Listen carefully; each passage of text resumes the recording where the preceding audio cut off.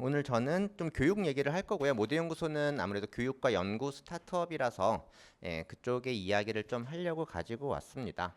그래서 뭐 모든 기업들이 인공지능을 좀 도입을 하려고 하고 있고, 근데 실제로 좀 어렵잖아요. 뭐 레벨업은 애초에 AI 회사이기 때문에 좀 쉬울 수도 있겠지만 거의 대부분의 회사들은 인공지능을 이제 처음 도입을 하려고 하고 있고, 뭐 심지어 모드 연구소마저도 AI를 도입하는 게 되게 쉽진 않습니다. 예. 그래서 제가 이거를 왜 그런 건지를 조금 한번 살펴보려고 자료를 가지고 왔고요. 네, 시작을 해볼게요. 저는 이제 기업의 구조가 그리고 고용의 형태가 크게 바뀌고 있다고 생각을 합니다. 여기 혹시 스타트업 대표님 계신가요? 스타트업 대표님, 예, 한 분 계십니다. 우리나라의 그 작은 스타트업들이 1년에 매출을 인당 얼마 정도 매출을 하면은 돈을 버는 회사일까요? 1인당 얼마 정도 매출을 올리면 돈을 버는 회사가 될까요? 대충. 그럼 다시 좀 질문을 바꾸면은 작은 기업들, 중소기업들은 1인당 매출이 어느 정도, 살아있는 중소기업들은 평균 어느 정도 매출을 할까요? 제가 알기로 1억 좋습니다. 예. 예전엔 1억이었어요. 1억이면은 망하진 않아요. 근데 요즘에는 1억은 좀 모자란 것 같고요. 2억 정도를 하면은 이제 살짝 벌면서 갈 수, 대충이에요, 대충. 이게 업종마다 다를 거고 하는데 1인당 한 2억 정도 벌면은 망하진 않는다. 그래서 제가 정확한 통계는 아닐 수 있는데 챗GPT에 물어본 결과 인당 2억 정도 우리나라 평균 중소기업들, 그래서 그 자료를 할루시네이션일 수도 있으니까 제가 대충 통계청 가서 봤는데 얼추 맞는 것 같아요. 그래서 1인당 2억 정도쯤을 한다고 보면 되는데, 사실은 이제 그 요즘에 나오는 그 스타트업들은 그걸 훨씬 뛰어넘는 결과를 낸다는 거죠. 그래서 뭐 지금의 데이터는 아니겠지만 미드저니 같은 경우에 10명 고용하면은 2천억, 3천억 정도 가까이 이제 매출을 내니까 인당 생산성이 300억 가까이 되는 거죠. 음.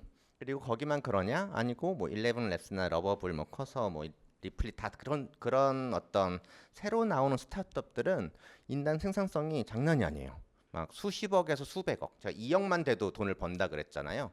보통 이 정도 인당 생산성, 그 한 명이 한 20억 벌고 이러면은 이제 작은 기업들이 아니라 뭐 구글, 삼성 이런 데들은 매출이 그렇게 나와요. 대신 많이 팔고 이 이익률 자체는 이제 적지만 큰 매출로부터 많은 수익을 내죠. 이제 큰 기업들은 이제 그렇게 나오는데, 작은 기업도 그 정도의 아웃풋을 낼 정도의 그런 일하는 방식이 이제 접목이 되고 있다. 그래서 저는 이거를 기존의 빅테크 기업들은 이제 공룡 기업이라고 좀 표현을 하면은 작은 호모사피엔스 같은 기업들이 나오고 있는 거 아닌가라고 이제 생각을 합니다. 예, 그래서 이제 호모사피엔스가 나오면 공룡들은 그대로 있으면은 사실은 너무 경쟁력이 떨어지잖아요. 그래서 제가 24년도 발표할 때 이제 발표할 때 썼던 장표인데, 그때 제가 감히 예상을 해보겠다 이러면서, 요즘에 예상을 잘 안 해요. 그 너무 세상이 제 예상보다는 빠르게 변해서 잘 예상 안 하는데, 그때 당시 제가 감히 예상을 해보면은 26년부터는 글로벌 기업들의 인력 감축이 좀 크게 나오지 않겠냐인 거고, 이게 구글의 그때 당시의 데이터였고요.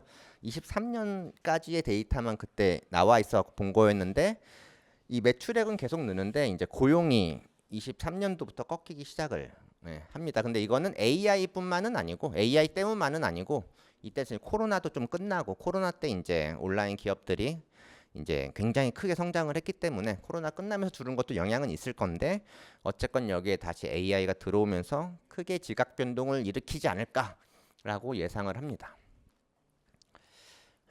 그래서 실제로 보면은 뭐 다들 아시겠지만 올해 상반기에 좀 큰 충격을 먹었던 사건이 있죠. 구글이 희망퇴직을 받았었죠. 전 직종에 대해서 희망퇴직을 받아가지고 모두가 깜짝 놀랐던 사건이 있었고요. 여기 보면은 그때 마이크로소프트는 6천 명을 해고하고, 그거에 이어 구글도 라는 게 상반기 5월이었나 제가 정확히 기억이 안 나는데 올해 5월인가 나왔던 기사고요. 두 달인가 있다가 7월에 MS 9천 명 감축, 또 여기는 이미 6천 명 했는데 9천 명을 또 한 거죠. 마이크로소프트 같은 경우는. 그래서 이번에 또 마이크로소프트에 계신 분들이 많이 힘들었던 걸로 제가 알고 있고요. 그래서 공룡들이 좀 몸집을 줄이기 시작을 한 거 아닌가라고 생각을 합니다. 그렇습니다. 네. 근데 이제 글로벌 기업들은 사실 이렇게 좀 인력 감축이 조금 자유롭죠. 고용이 조금 경직되어 있지 않고 좀 유연한 반면 우리나라는 고용이 굉장히 경직되어 있죠. 그래서 함부로 이렇게 내보내는 게 쉽지 않고 그러다 보니까 우리나라는 좀 신규 채용을 안 하는 형태로, 그러니까 몸집을 줄일 수는 없는 대신 그 몸집을 유지하는, 뭐 자연 소멸되는 정도만 다이어트를 하는 정도로 가는 거 아닌가라고 해서 뭐 카카오 같은 경우는 신규 채용은 안 하겠다 정도로 발표를 해서 이 흐름대로 발표를 하려고 했는데 며칠 전에 대기업에서 이번에 고용을 하겠다 몇만 명, 예, 그런 기사가 나와가지고 제가 이거 자료는 미리 보내놨고 좀 머리가 아파졌는데요 그 기사를 보고. 근데 뭐 맥락적으로 저는 근데 맞는 것 같아요. 왜냐하면은 그 기사 보면은 이제 정부에서 야 너네 좀 이거 유튜브에 나오나? 여기까지만 하겠습니다. 네, 유튜브 이거 있죠? 죄송합니다. 큰일 날 뻔했습니다. 네, 네, 그래서 갑자기 제가 당황했어요. 예, 그렇습니다. 우리나라는 신규 채용을 안 하는 형태. 그럼 어떻게 되죠? 고용 인력이 그대로 있다 그러면은 생산성을 늘려야 돼요. 이제 어쩔 수가 없어요. 이제 우리나라 기업들은 이제 더 많이 벌어야 되는 상황이 됐고, 그러면은 이제 아까 말했던 AX 전환이 되게 중요해. 오히려 우리나라는 더 중요해지는, 다른 나라보다 그런 형태로 가고 있다고 생각합니다. 네. 그래서 좀 큰 기업들 얘기를 했는데 이 큰 기업들도 신규 채용을 안 하는데 제가 스타트업 대표님들이랑 CTO 분들, 저희 교육 스타트업을 하다 보니까 제가 요즘에 이제 교육 쪽에서 좀 현타가 오고 있어요. 그러니까 저희가 개발자를 양성하는 교육도 하고 막 그런 걸 하고 있는데 취업이 안 돼요. 아예 그냥 취업률이 거의 반토막 났고요. 실제로. 그리고 제가 원티드 들어가서 신입 개발자를 뽑는 이제 그 공고를 봤는데 진짜 몇 개 없어요. 예, 그래가지고 그 개수도 확 줄었고, 그래서 도대체 이거를 내가 이 교육을 계속 하는 게 맞냐 좀 현타가 오고 있는데, 그래서 이제 제가 기업의 대표님들과 CTO 분들 이런 분들을 좀 포커스 인터뷰를 좀 했어요.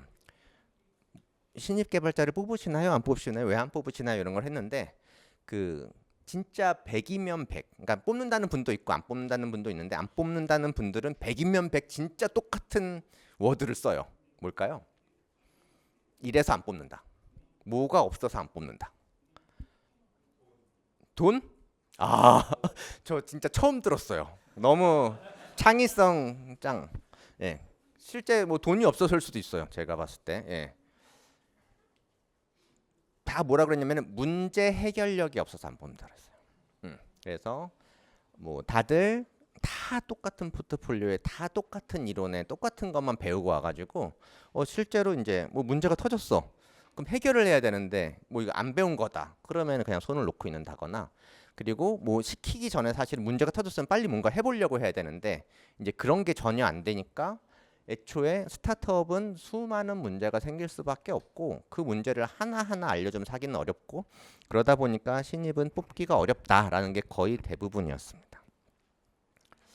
조금 여담으로 제가 시간이 조금 있으니까 조금 여담으로 제가 그래서 그런 분들 인터뷰를 하면서, 근데 또 신입 사원을 뽑는다는 분도 계세요. 자기는 오히려 신입 주니어가 훨씬 더 좋다. 그래갖고 이제 그 인터뷰를 하면서 제가 조금 이런 분들은 신입 개발자, 주니어 개발자 더 좋아하시는구나. 이런 분들은 오히려 그냥 시니어 개발자를 더 좋아하시는가라는 게 조금 보이던데, 그게 뭐냐면은 그 리더의 성향이 조금 있는 것 같아요. 이건 여담이에요. 그래서 그 어떤 리더 같은 경우는 실무형 리더가 있어요. 자기가 일을 되게 많이 하는 리더 같은 경우는 주니어를 좋아할까요? 시니어를 좋아할까요? 그러니까 관리형 리더가 있고 실무형 리더가 있다고 했을 때 제가 본 바로는 실무형 리더는 주니어? 시니어? 실무형 리더는 주니어를 좋아하는 것 같아요. 그러니까 자기가 되게 많은 걸 할 수 있기 때문에, 심지어 AI까지 들어왔으니까 되게 많은 걸 할 수 있는데, 시니어 분들은 뭔가 생각이 확고해. 가자 그랬을 때 제 생각이 그거 아닌 것 같고 이렇게 합시다. 그러면 실무형 리더의 발목을 잡아요. 빨리 가야 되는데 주니어는 아직 이 백지기 때문에 그려주는 대로 네 하면서 이렇게 막 열심히 하거든요. 그러니까 실무형 리더 같은 경우는 제가 봤을 때 주니어를 좀 좋아하시는 그 성향상 그런 것 같고, 관리형 리더분들 같은 경우는 뚝 뛰어서 위임을 해주고 그걸 거기서 알아서 해결하게끔 하려면은 이제 약간 그간의 노하우라든가 지식이라든가 실력도 있어야 되고, 그러다 보니까 좀 시니어를 선호하는 거 아닌가라는 인사이트가 인터뷰를 하면서 생기더라고요. 그래서 이건 여담입니다. 여기 계신 분들한테 한번 좀 소개를 해드리려고 했고, 네. 그래서 문제 해결력이 없다가 이제 그 모든 대표님과 CTO님들의 똑같은 공통의 단어였고요. 그래서 그럼 왜 그렇게 되느냐라고 했을 때 우리 교육 시스템이 좀 문제가 있다라는 게 저의 생각이에요. 지금 우리의 교육 시스템은 이 강의를 듣고 그다음에 시험을 봐요. 시험을 잘 보면은 사회적으로 인정을 해주는 거죠. 자격증도 주고 뭐 점수도 주고 학점도 주고 이런 구조로 되어 있는데, 이제 문제는 이 시험이라는 게 우리나라 요즘에 그 공정의 스탯 찍었잖아요. 공정화해야 돼요. 그러려면은 답이 정해져 있고 객관식이어야 되고, 그러니까 이게 누군가 이 평가자를 신뢰하지는 않아요.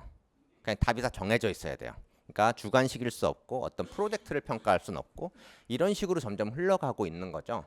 그러다 보니까 사람은 답이 정해져 있는 문제를 풀게끔 트레이닝 되고 있는 거죠. 그러니까 계속 문제 해결력은 없을 수밖에 없어요. 답이 정해진 문제만 해결할 수 있는 거죠. 근데 인공지능은 뭐 당연히 여기 아시다시피 이 생성형 AI 같은 경우에 오히려 할루시네이션이 축복받은 걸 수도 있고 창의적이니까 그럴 수도 있고, 어쨌건 세상의 모든 문제를 다 풀 수 있게끔 어떻게든 그 글로벌 빅테크들이 막 뭔가 하고 있잖아요. 네, 그래서 인공지능이 오히려 좀 사람답게 배우고 있고 사람은 좀 너무 답이 정해진 걸 풀고 있다 보니까 기업이 원하는 사람과는 점점점 동떨어져 와온 거 아닌가. 그 교육 시스템 때문에 그런 것 같다라는 게 이제 저의 생각입니다. 그래서 그 인재상이라는 걸 제가 좀 어떻게 변하고 있는지를 조금 고민을 좀 해봤어요. 그래서 기존에 우리는 대학이라는 교육기관에서, 사실은 대학이라는 교육기관이 거의 대부분 지식을 가르쳐 주는데 이제 조금 포커싱을 하죠. 그래서 그 지식이라는 거는 다시 전공 지식이 있을 수 있고 좀 일반적인 지식이 있을 수 있을 것 같아요. 그 일반적인 지식이라는 거는 정말 일반적인 지식, 그러니까 뭐 동아리 활동, 거기 가서 뭐 예를 들면 나는 뭐 무슨 등산하는 걸 되게 좋아해. 그러면 등산 동아리에 가서 뭐 할 거잖아요. 전공 지식이라고 볼 수는 없죠. 근데 저는 그런 것도 되게 중요하고, 뭐 소개팅을 나가고 친구들이랑 술 먹고 MT 가고 다 저는 일반적인 지식인 것 같아요. 그리고 사실 전공 지식, 뭐 컴퓨터 사이언스다 그러면은 그거에 관련된 전공 지식을 배워 나갈 건데, 이렇게 지식을 배워 가지고는 기업에서 사실은 다시 재교육을 시켜야 되니까 점점 대학이 기업이 원하는 교육이 아니고 이 미스매치가 점점 커지는 거죠. 그래서 한 2010년대 정도부터는 요 전공 지식을 빠르게 가르쳐주고 빨리 기업에서 할 수 있는 프로젝트 결과물들을 내보내 보는 교육을 하는 부트캠프류가 이제 2010년대부터는 조금 많이 나오기 시작한 것 같아요. 그래서 이걸로 좀 많이 좀 교육이 바뀌었다고 생각을 하고요. 근데 지금은 이제 이것도 요즘에 부트캠프 추천하냐는 글 같은 거 보면은 사실은 추천하지 않는다도 되게 많고, 저도 현타가 지금 오고 있다고 하고 있잖아요. 진짜 이것만으로 충분한가에 대해서 좀 저도 고민이 많고요. 그래서 지금은 이 부트캠프가 조금 바뀌고 있는 것 같아요. 그래서 외국에 보면은 AI 네이티브 개발자 부트캠프 같은 것들이 좀 있어요. 그래서 기존에는 그냥 전공 지식을 배워서 만드는 걸 빨리 해봤다면은 AI를 극도로 잘 활용하게 해서 10배의 생산성을 만들 수 있는 부트캠프 뭐 이런 식으로 해가지고 좀 나오고 그러니까 외국은 좀 나온 지가 됐고 우리나라도 조금은 이런 식으로 약간은 움직이고 있고, 저희도 이런 식으로 이번에 과정을 하나 만들어서 조금 해보려고 하고 있는데요. 근데 이것만으로는 충분할까? 저는 아직 이것도 충분하지 않은 것 같고요. 그리고 그런 교육마저도 사실 이 AI 활용 능력이라는 게 사실은 또 AI 활용 지식인 것 같아요. 그러니까 지식만 알고 있다고 일을 하고 문제 해결력이 있는 건 아니잖아요. 그래서 저는 여기까지도 아직은 좀 부족하지 않은가라고 생각해서 그럼 뭐가 더 필요하지? 라는 거를 이제 좀 고민을 하기 시작을 합니다. 그래서 이게 제가 생각한 결론이에요. 인재상은 여기까지는 사실은 툴을 사용하고 스킬을 하고 뭐 AI를 잘 쓰는 방법을 알려줘 봤자, 그래서 그 AI를 활용해서 뭘 만들 건데 늘 사람이 생각할 수 있는 사람이 인재 아닌가? 그게 제가 여기에 상상력이라고 표현해요. 뭔가 만들고 싶은 게 있어야 돼요. 예. 그래서 그 AI 좋은 기술로 만들고자 하는 거를 해내면은 그걸 만들어내는 것까지는 할 수 있어요. 또 이제 AI가 너무 좋아지니까. 그 다음에 딱 하나 꼽으라면 전 이거예요. 능동적인 실행력. 그래서 능동적인 실행력이 있는 사람이 AI 시대 인재가 아닌가. 무슨 말이냐면은 내가 이제 상상을 했어요. 뭐 예를 들어서 요즘에 뭐 사람들이 너무 혼자서 밥 먹고 사람들과 연결이 잘 안 되는 것 같다라고 이제 느꼈어요, 제가. 그래가지고 뭐 상상을 했어. 이런 사람들이 요즘에 달리기를 많이 한다는데, 러닝 크루 이런 게 많이 있다는데, 그럼 러닝 크루들을 잘 모을 수 있는 어떤 커뮤니티 플랫폼을 한번 만들어 볼까? 나 되게 재밌을 것 같아. 상상을 했어요. 상상을 해가지고 AI 바이브 코딩 해가지고 뭔가 만들었어. 앱이든 웹이든 뭔가 만들었어. 여기까지는 요 능력이 있으면 되는 거죠. 상상력도 있고 좋았어요. 그렇게 해서 런칭을 딱 했어요. 근데 아무도 안 써. 그럼 어떻게 되죠? 네, 여기 만드는 것까지는 컴퓨터 안에 있어요. 이제 우리 만든 제품이. 그게 실제 리얼 월드로 나오는 건 다른 얘기거든요. 그때부터 다시 문제 해결력이 생기는 거죠. 그래서 실제 내봤더니 2명이 썼어. 이거 어떻게 10명으로 늘리지? 열어봤더니 생각보다 대박이 터져가고 갑자기 10,000명이 몰려서 서버가 다운됐어. 이거 어떻게 하지? 이런 게 사실 능동적인 실행력에서 나온다라는 거죠. 저 같은 경우 여기 연속 혈당 측정기 지금 붙이고 있는데 혈당 관리를 하는데 챗GPT가 뭐 당연 아니에요. 네. 근데 챗GPT 같은 경우에 이 혈당 관리 어떻게 하는지 물어보면 다 알려줄 거예요. 그거랑 내가 실제 혈당을 떨어뜨리려고 탄수화물 줄이고 단백질 먹고 뛰는 건 다른 거죠. 능동적으로 실행할 수 있는 사람, AI랑 함께 요거를 할 수 있는 인재상이 있으면은 기업이 원하는 인재가 아닌가라고 저는 생각을 합니다. 그래서 5가지의 역량이 필요한데 그 중에서 상상력과 실행력, 특히 실행력이 저는 되게 중요하다고 생각을 하고요. 네, 그래서 네, 오늘 제가 낚았죠. 여러분들은 AI 전환이 안 되는 3가지 이유. 네, 3가지여야 될 것 같아서 3가지 이유를 갖고 왔는데 낚았지만 첫 번째가 상상력의 부재예요. 저희가 교육을 많이 해보면은 바이브 코딩이다 뭐 보여주면은 너무 좋아하고 너무 재밌어요. 근데 그 다음에 자기는 만들고 싶은 게 없는데요. 예요. 근데 끝이에요, 그게. 예. 그러니까 애초에 뭘 만들어야지, 이런 거에 대해서 상상을 해본 적이 없는 분들이 너무 많은 거죠. 그래서 AI 스킬만 가르쳐 준다고 해서 AI 전환이 되는 건 아니다라는 게 저희 생각이고요. 예, 그래서 상상력이 정말 중요하다라는 거고요. 그거는 전공 지식만 있다고 되는 게 아니다. 여러분 놀아야 돼요. 전 놀아야 된다고 생각합니다. 관심사도 막 다양하고 취미도 많고 그래야 된다고 생각을 하고요. 그래서 저는 이제 뭐 회사 대표고 경영자라서 개발자는 아니고, 근데 뭐 바이브 코딩이 뜬다니까 저도 한번 해볼까 이래가지고 처음으로 제가 챗GPT를 가져오면 코딩을 한번 해봤어요. 그게 요거거든요. 뭐냐면 지필 페이스메이커. 제가 책을 한 권 쓰고 있어요. 좀 평범한 창업가라는 책을 좀 쓰고 있는데 제목은 바뀔 수도 있어요. 우리는 전부 다 평범한 사람들인데 다 창업을 할 때 뭐 일론 머스크를 꿈꾸고 스티브 잡스를 꿈꾸고 막 이렇게 하잖아요. 그러면은 대표님들이 다 부러지더라고요. 근데 사실은 모두연이 10년 된 스타트업인데 뭐 10년 동안 안 망하고 이렇게 꾸준히 잘하고 있으면은 평범하지만 훌륭한 거 아니냐. 그래갖고 제가 10년간 이제 창업을 하면서 얻었던 인사이트 같은 것들을 좀 녹여내가지고 좀 후배 스타트업 창업가들에게 알려주는 책을 쓰고 있는데, 그런 책을 쓰고 있다고 하니까 제가 아는 지인분이 자기도 책 쓰고 있다고 같이 페이스메이커를 해주자. 그래서 카톡방을 만들어서 서로 뭐 응원도 해주고 하자라 그래가지고 그렇게 하려고 했는데 카톡방이 조용한 거죠. 그래가지고 그렇게 해서 안 되겠다 싶어가지고 그분도 구글 닥스에 쓰고 있고 저도 구글 닥스 쓰고 있어서 그러면 구글 닥스에서 자동으로 매일 12시가 되면은 몇 글자가 됐는지 꺼내 와가지고 매일 찍어주자라고 해서 창피하게 파란색이 접니다. 빨간색이 그분이고요. 12만 자를 쓰면 책에 한 권 나온대요. 여기를 목표로 달려가는데 제가 너무 부끄럽습니다.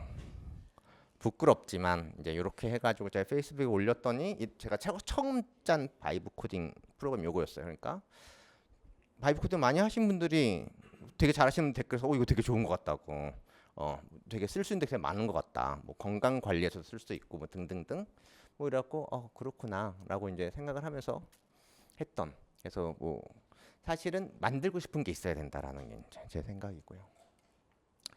두 번째 응원을 받아갖고 두 번째 만들어서 칭찬 다이어리라는 걸 제가 이제 또 만들어봤습니다. 이건 뭐냐면은 제가 이제 스타트업을 창업하기 전에 했던 게 발명가였어요. 제가 원래 직업이 발명가였어요. 그런 직업이 있는지도 모르셨을 것 같은데 아이디어를 파는 일을 했습니다. 그래서 새로운 기술이 나오거나 뭐 이러면 빨리 공부를 해가지고 그거에 문제점을 찾고 아이디어를 내서 특허화하고 그거를 이제 파는 그런 일을 했었는데 그러다 보니까 문제를 찾는 거에 되게 특화가 돼 있어요. 제가 딱 보면 문제가 보여. 이런 거를 몇 년간 돈을 벌면서 트레이닝을 한 거죠. 그러다 보니까 제가 이제 스타트업 대표를 하니까 각 팀들이 잘하고 있는 거 잘하지 않는 게 다 보이는데 보면은 제일 처음에 보이는 게 문제예요. 그래서 제가 우리 임직원 분들이 항상 하는 얘기가 제가 아무 말도 안 하고 있으면 되게 잘하는 거다. 문제가 안 보이는 거니까. 그리고 보통은 얘기가 다 문제를 알려주고 어떻게 풀까에 대해서 얘기를 하다 보니까 그 임직원들이 너무 힘들잖아요. 계속 문제만 듣잖아요. 저한테 이거 다 문제야 막 들으니까. 그래서 이게 되게 안 좋은 리더십이구나를 이제 제가 깨닫기 시작을 했어요. 근데 제가 저희 임직원들이 80명이 조금 안 되는데 90명이라고 잡으면은 매일 칭찬을 한 번 한다 그러면은 임직원 입장에서는 3달에 한 번 칭찬을 듣는 거죠. 저는 매일 하고 있는데도. 그래서 이게 근데 저는 칭찬도 안 하고 문제만 얘기하는 사람이니까 얼마나 힘들었겠어요. 그래서 안 되겠다.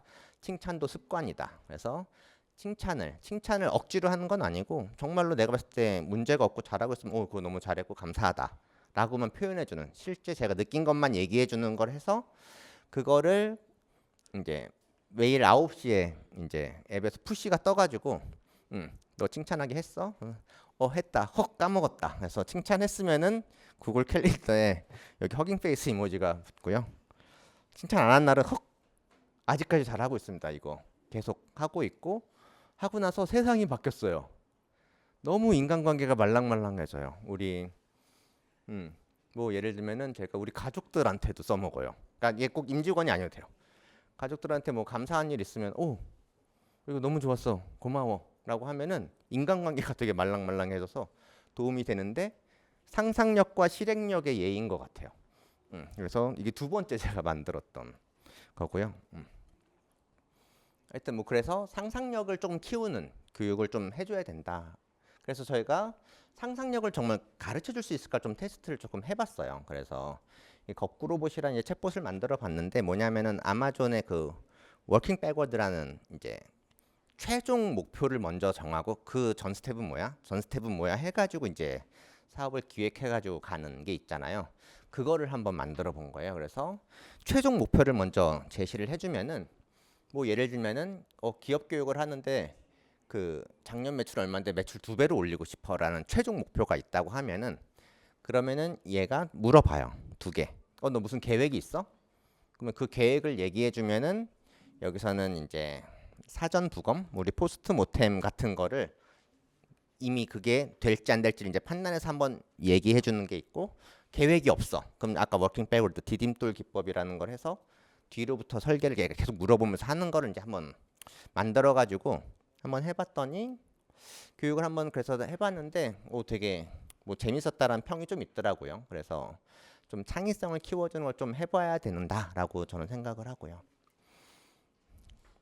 네, 빨리 하겠습니다. 두 번째는 성공 측정 기준이에요.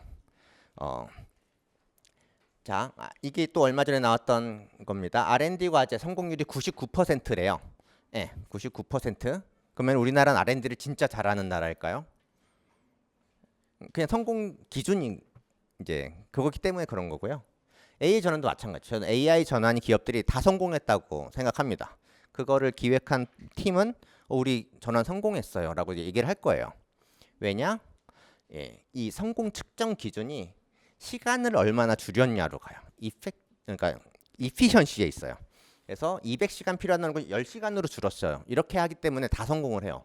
근데 그렇다고 해서 매출이 20배 올랐냐? 비용이 20배 줄었냐? 그대로일 거거든요. 예. 그러면 정말로 성공한 거냐라는 거고. 그래서 성공 측정의 기준이 이피션시에서 이펙티브니스로 좀 가야 되지 않나. 그래서 뭐 예를 들어서 우리가 뭐 AI로 영상 되게 잘 만들어지잖아요. 그래서 예전에는 홍보 영상을 만드는데 이틀 3일 걸렸는데 AI로 10분 만에 만들었어요. 그러면은 전환 성공했냐? 그거 아니라는 거죠. 그렇게 해서 홍보 효과가 훨씬 좋아져야 되는 거죠. 안 좋아지면은 차라리 그냥 사람이 하는 게 더 나은 거죠. 죄송합니다. 제가 잘못했습니다. 네. 그냥 이피션시로 가셔도 네. 그래서 성공 측정 기준을 조금 바꿔야 되지 않나 기업에서. 이게 두 번째인 거고요. 조금 넘어갈게요. 세 번째는 동기부여입니다. 동기부여는 뭐냐면 제가 주변에 제 지인들을 보면은 동기가 충만해. 뭐 하고 싶은 것도 많고 AI 툴도 되게 계속 써보려고 하고 막 노력하는 사람들이 상당히 많은 수가 번아웃이 와요. 해도 끝도 없이 기술이 나오고요. 어디까지 해야 돼? 또 있고 또 얼마 전에 또 페이스북에 본 거는 그렇게 많은 일을 하다 보니까 인지 과부하가 와가지고 또 번아웃이 올 수도 있고 하려는 사람마저도 너무 힘든데 애초에 써보려고도 안 한 사람도 진짜 많거든요. 제 주변에도. 동기마저 없으면은 이게 기업에서 아무리 AI 트랜스포메이션 교육을 해주고 뭐 성과를 이제 뭐 그걸로 한다고 해도 동기가 없는 거죠. 그래서 저는 동기가 없는 사람을 어떻게 동기를 부여해 줄 수 있을까? 그래서 저는 이게 그 교육학 하신 분한테 들어보니까 동기를 부여해 주는 거는 교육으로는 안 된다라고 결론이 난다고 하더라고요. 예, 그래서 저도 좀 동의하는 바가 있어요. 뭐 요즘에 뭐 지식을 예전엔 책으로 배웠다가 검색해서 배웠다가 동영상으로 배우다가 요즘엔 챗GPT로 많이 배우실 거예요, 여러분들이. 동기가 있으신 분들. 애초에 배우려고 안 하는 사람은 아무리 좋은 동영상 1타 강사가 있어도 그걸 자체를 안 보려고 하면은 아무 의미가 없는 거잖아요. 그래서 이 동기부여에 대해서 제가 되게 관심이 많은데 저는 이 동기부여가 사람이 할 수 있는 마지막 능력이라고 해야 되나? 그것 중에 하나가 아닐까. 저는 이 동기부여는 옆 사람한테서 나오는 거 아닌가? 내 옆 사람이 인공지능을 되게 잘 활용하고 재밌어하고 막 그러면은 부럽고 따라해보고 싶고 그런 거죠. 그래서 기업이 AI 트랜스포메이션 되려면은 이 누군가 한 명이 되게 그걸 잘 활용하고 재밌어하고 그러면 이게 전파가 되는 거죠. 나도 한번 해볼까? 그럼 나도 한번 해볼까? 하다 보면 점점점 전파의 속도가 점점 커질 것 같아요. 그래서 저는 이 문화를 만들어내는 거, AI를 활용하는 문화를 만들어내는 거고 그 과정에서 뭐 공포의 리워드와 페널티를 줄 수도 있지만 이걸 잘하는 사람들을 더 치열업을 해주고 이끌어내서 그걸 전파해내는 문화를 만드는 것도 좀 좋지 않을까라고 생각을 합니다. 네, 저는 모두연구소 김승일 대표고 좋은 차 영암이고요. 혹시 질문 있으신 분은 제가 질문을 몇 개 받을게요.